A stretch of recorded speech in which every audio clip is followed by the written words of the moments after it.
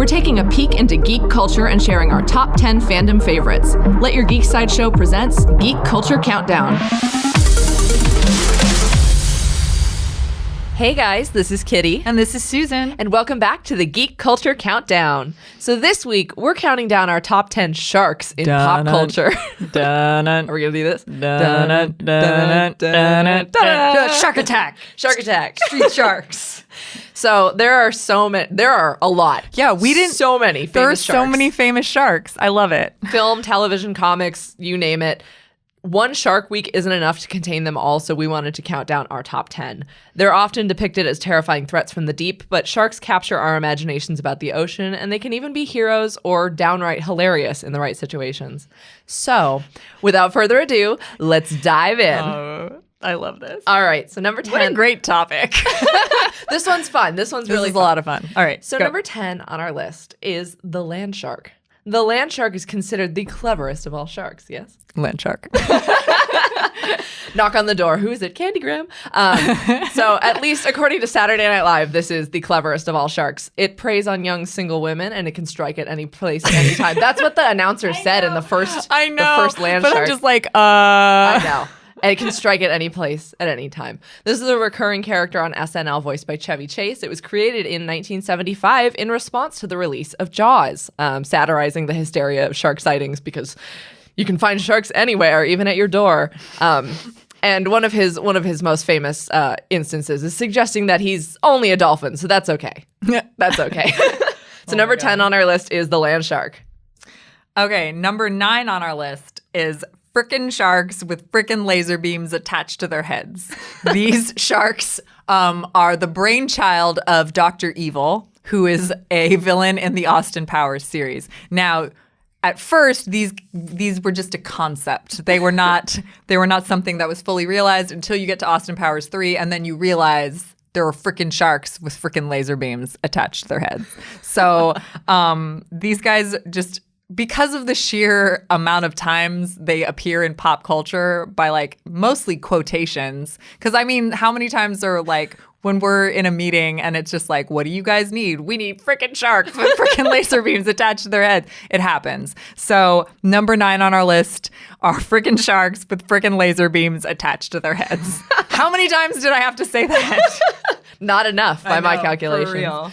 Number 8 on our list is King Shark from DC Comics, also known as Nanaue. I think I said that right. Wow. He's I wasn't better even gonna known attempt as that. He's better known as King Shark. He's a humanoid shark who was born in Hawaii as the son of the shark god. Because there's got to be one of those in DC Comics. Well, there's a shark god in Hawaii. Excellent. So it works out. He has an amphibious physiology, so that means he can both survive underwater for long periods of time and on land. And he has fangs and claws because he's King Shark. He was introduced as an enemy to Superboy, but he's also menaced Aquaman, as he should. I mean, that makes way more sense. And he recently appeared in live action on the CW's Flash show. Really? Yeah. There was a couple episode arc of King Shark. Oh my gosh. That's hilarious. Yeah. I mean, I say he's live action. He was CGI. They didn't get a real King Shark, but... that's awesome. Yeah. Cool. So number 7 is the sharks from the movie Deep Blue Sea. Now, these sharks are DNA altered sharks in their brain tissue because they were bred to find a cure for Alzheimer's disease. So, science. However, because Deep Blue Sea is a horror movie, I guess it's a horror movie, these sharks become way too smart. Uh-oh. And then they start realizing, as one highly intelligent shark would do, why do I need to listen to people? Why would they experiment on me? And then they eat Samuel L. Jackson. Oh. So specifically the shark that is number 7 is the shark that does eat Samuel L. Jackson because that's just a really hilarious scene in spite of the fact that it's supposed to be scary. So number 7 is the sharks from Deep Blue Sea, specifically the one that ate Samuel L. Jackson. Well, speaking of hilarious sharks, number 6 on our list is the shark that bit Adam West's leg in the Batman movie. I watched that scene. You were on just YouTube. like laughing at that. I'm sorry. I know some of these are like actually kind of scary, but a lot of these are actually very funny. Yeah, I know. Guys. But I watched this clip on YouTube, and the sound effects, because the shark is made out of rubber, just like it's fantastic. Yeah. But, I mean, Batman has countless gadgets to stop any number of his dangerous foes, but Batman the movie let us know that Batman has a contingency plan for the dangerous life of the sea. So a shark bit him in a helicopter scene chase where he is hanging from the rope on the Batcopter, and he says, "Quick, Robin, toss me my shark repellent."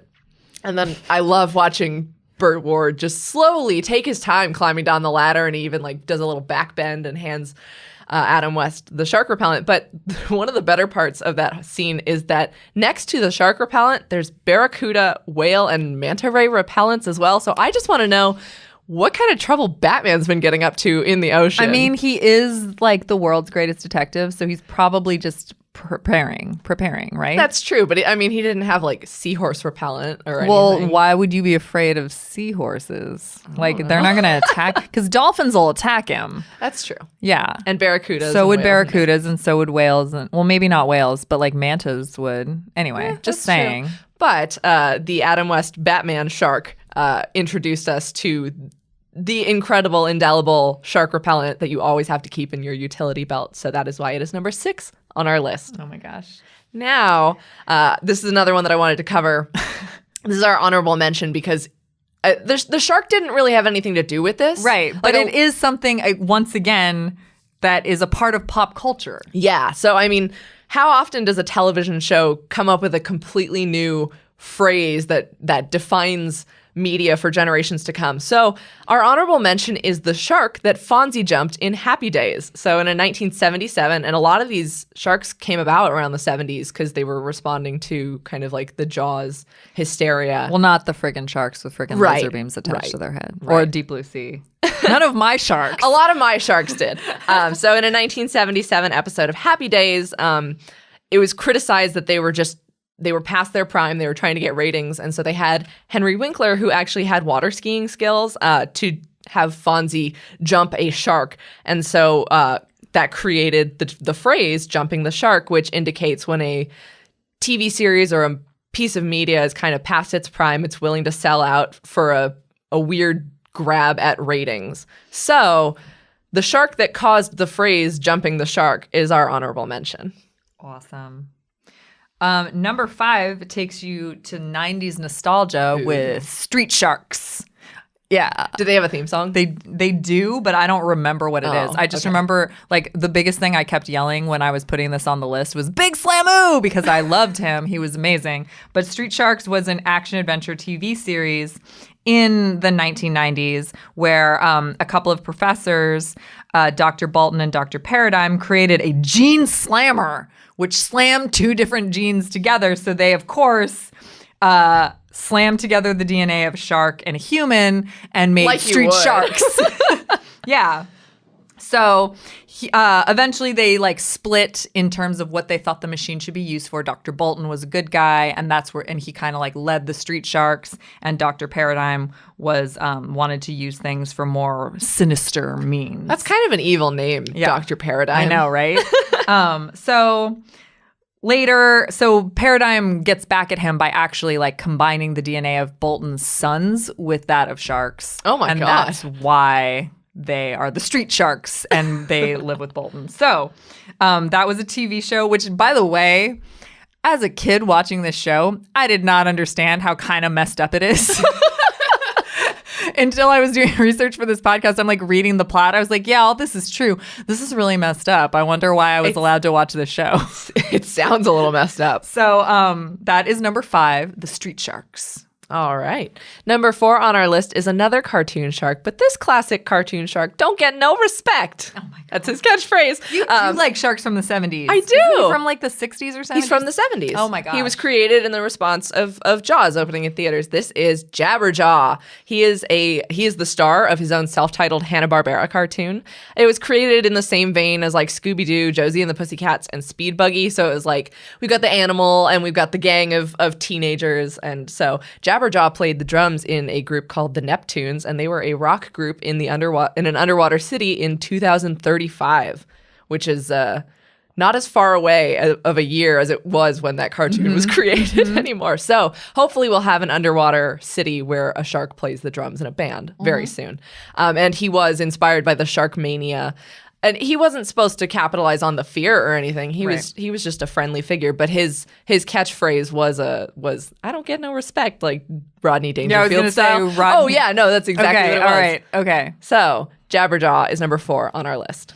Number 3 is the most politically active shark, I think, on our list. If you want to kind of define him that way, he coined the phrase "fish are friends, not food," and A creed to live by. yes, absolutely. So number 3 is Bruce from Finding Nemo. Bruce is actually named Bruce because that was the nickname of Jaws' shark. On the set of Jaws. So Bruce finds Marlin and Dory on their search for Nemo, and he is going to a meeting with his fellow sharks who have decided that they are going to live harmoniously in the ocean without eating and murdering fish. Until Sounds like a good plan. Yeah, until Dory gets a nosebleed and then stuff happens. So number 3 on the list is Bruce from Finding Nemo. All right. Number 2 on our list is a lot of sharks put together. It's a little forcibly. I'm sure they didn't come together like a support group like Bruce did. This is the Sharknado. Oh my god! It's a tornado full of sharks. Enough said. Like Like it needs any explanation. the thing that it totally happens in nature. Yeah, this very real natural phenomenon, the Sharknado. This was a science fiction disaster film that quickly gathered a cult following because of how shamelessly ridiculous and gory it was. I mean, this was one of those ones that my friends and I in college were like, let's put on Sharknado. We got nothing better to do. Oh my god! And the original Sharknado spawned 5 sequels. 5 sequels. I mean, they're about to put the cap on the franchise with the 6th movie. But the sequels were called The Second One. The third one was called Oh Hell No. The Fourth Awakens and Global Swarming. And the 6th and final Sharknado film, It's About Time, will debut on August 19th on the Sci-Fi Channel, and it involves time travel. And it will be the last of the Sharknadoes for now. I mean, I'm sure there will always be more sharks. There will always be more tornadoes, and nature will find a way to put them together. But for now, the 6th and final Sharknado is on its way to us very soon. Gosh. So I love. I've never seen a Sharknado movie, so I'm just listening to you fascinated. You have to see the first one at least. I mean, because some of it takes place in like SoCal, and so the Santa Monica Pier has like a photo booth where you can take a picture with the Sharknado. Oh my god! And they even made a Funko Pop of the Sharknado. Oh no, I know. So I mean, that's a big pop culture shark phenomenon. Oh my god! All right. There we go. So what do you think the number 1 shark on our list could possibly be? The number 1 shark is the shark that started it all, I would say, for sure, is Jaws. I don't know that he has a name. Like, I know that he's called Bruce, so we can also refer to him as Bruce. He is a shark that took over Amity Island, the waters of, and during the 4th of July weekend, terrorized all the people there. Until 3 brave men decided to blow him up. Oh. Well, they had no other option, really. Besides staying out of the water? Yeah. Well, I mean, they couldn't really, since at the time Jaws had eaten their boat. So, like, they really couldn't do anything else. They needed a bigger boat, is what you're saying. Yes. Yep. They absolutely needed a bigger boat. Though that line was delivered well before the boat is destroyed. So, anyway. Fair enough. Jaws started every other shark, with maybe the exception of Jumping the Shark, which probably came before it. No, I think Jumping the Shark was 7. When did Jaws come out? 75? 75. Yeah, 75. Happy Days was 77. There you go. This is the shark that started the shark. This was the first shark in all of creation. All of the sharks didn't sharks. exist before Jaws. Yes. I mean, sharks in pop culture. I mean, I just saw the Meg, so like sharks. Well, shouldn't we have Jaws 19 by now? We We're should past have Jaws 2015. 19. Thank you, Back to the Future. P.S. The comic book artist Leonie O'Moore did a blog one time where she named every single Jaws movie between the ones that exist and Jaws 19. Oh my God. So she's That's my amazing. fave. I hope the second one's called Jaws, the second one. Oh my God, it's not. There is actually a Jaws 2. Oh, It's okay. called Jaws 2. Damn. Yeah. Well, There's Sharknado got on that first. So. Yes. Yes. I think I don't really even know how many Jaws movies there are for real, but Leonie did. That's amazing. Name all of them until Jaws 19. That's amazing. So number 1 is the shark that started them all, Jaws. All right, so that is the end of our countdown, but we're going to quickly recap the list for you guys, just in case you missed any of our sharks. Honorable mention is the shark that Fonzie jumped in Happy Days. Number 10 is the land shark from SNL. Number 9 is friggin' sharks with friggin' laser beams attached to their heads. Number 8 is, I like saying that. That's fun. I'm glad that you got to say it once. I am glad too. Number 8 is King Shark from DC Comics. Number 7 is the sharks from Deep Blue Sea, but more specifically the one that ate Samuel L. Jackson. Yes. Number 6, number 6 is the shark that Adam West fought in Batman the movie. Number 5 are the street sharks. Number 4 is Jabberjaw. Number 3 is Bruce from Finding Nemo. Number 2 is the Sharknado, and number 1 is Jaws.